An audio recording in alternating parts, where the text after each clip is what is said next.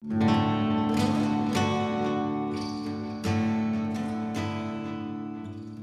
the morning of March 1st, 1965, the residents at the corner of Bergevin and Jean Milot Streets in LaSalle Heights were busy starting their days.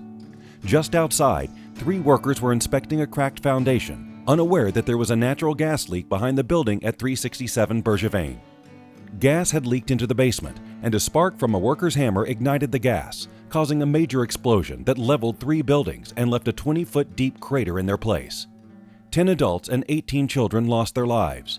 39 people were injured, and about 200 were left homeless. 13 years old at the time, Sandra Smith shares her memories of heading out that morning to meet with her best friend Trudy before school.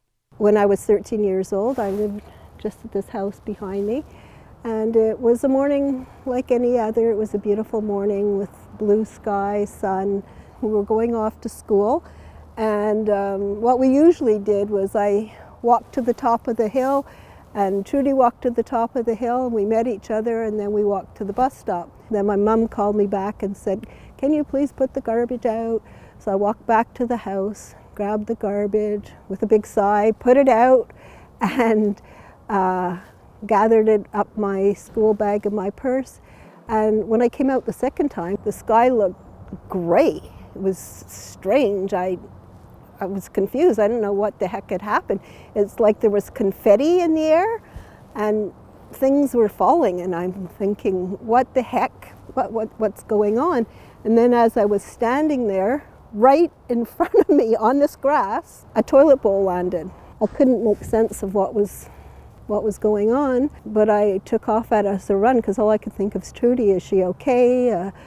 And as I got closer, there was shirts flopping in the trees, and there was linens, and there was, I can't even remember exactly what, there was stuff just flying everywhere.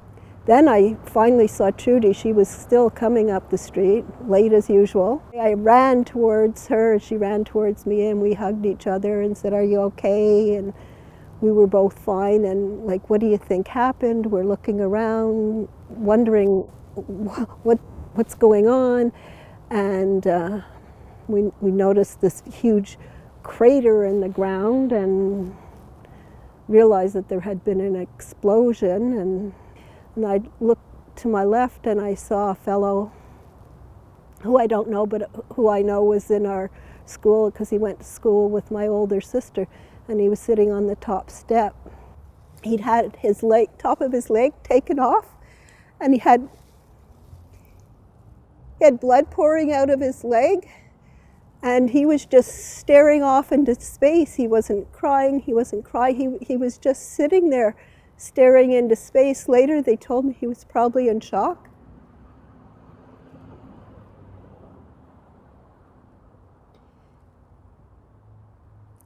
It was very traumatic. I don't know if I was screaming or crying, but Trudy looked at me and come running up, and then very soon after, lots of people came over who had just noticed him, because as you can imagine, there's people everywhere needing help, and somebody put a tourniquet around his leg and a blanket, and so we started walking. We decided to go back to my house and tell my mom we were okay.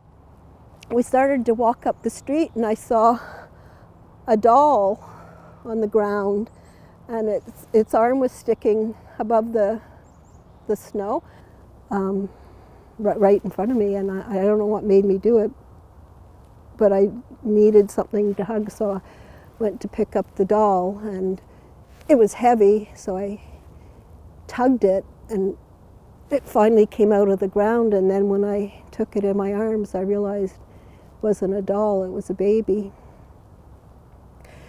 And it had then started to cry. I don't know if it was because it was in shock or if it had dirt or snow, and I shouldn't say her, I later found out it was a little boy, and he was 9 months old, but I didn't know that at the time.